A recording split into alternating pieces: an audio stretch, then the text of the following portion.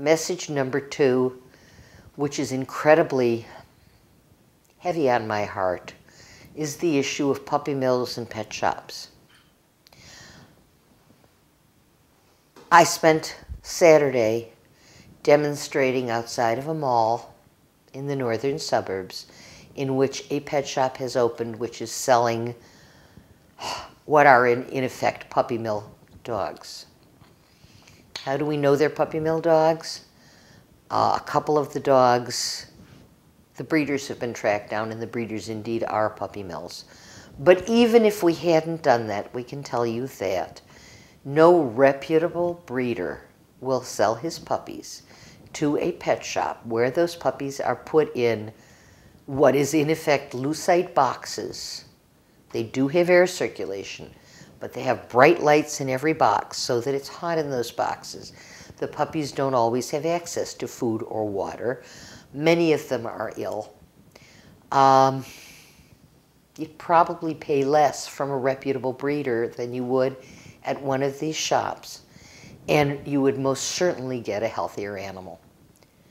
I was asked while I was picketing, what is a puppy mill? And I chose not to bring in photographs because they are graphic and painful and tragic of what constitutes a puppy mill.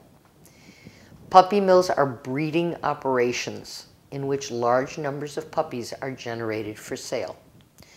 The conditions that the dogs are kept in are usually, almost always, appalling. Certainly significantly worse than what you would get were you choosing to buy a dog from a breeder. In many cases, these animals are kept in chicken wire cages that are stacked high, where they're urinating and defecating on each other, and the puppies are growing up in filth.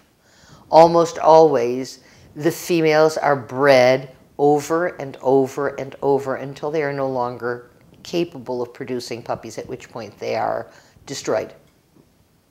Not necessarily humanely, but they are destroyed. They are no longer a source of revenue. The puppies in puppy mills get their routine vaccinations, much in the same way that someone who is chicken farming makes sure that the chickens have antibiotics and they don't get disease. But there are diseases that are not covered by this. Worse than disease, and heart-rendering when you see it. These are dogs, the adults as well as the puppies, who have never been socialized, who have never been handled, who have never been loved, who are in fact not considered companions, or as I call my animals, family members. They are considered commodities. They are treated in the same way that a beef steer or a sheep that's being produced from mutton or lamb is being treated. They know nothing of affection. They oftentimes are kept in places that are not heated, that are cold and wet and not sheltered, and the conditions are nauseating, beyond nauseating. But in any case, these dogs and cats are companion animals. They are loving souls wrapped in fur. And these animals are denied any human contact. They're denied any concept of what affection means. So not only are they cold and wet and oftentimes ill and sometimes die.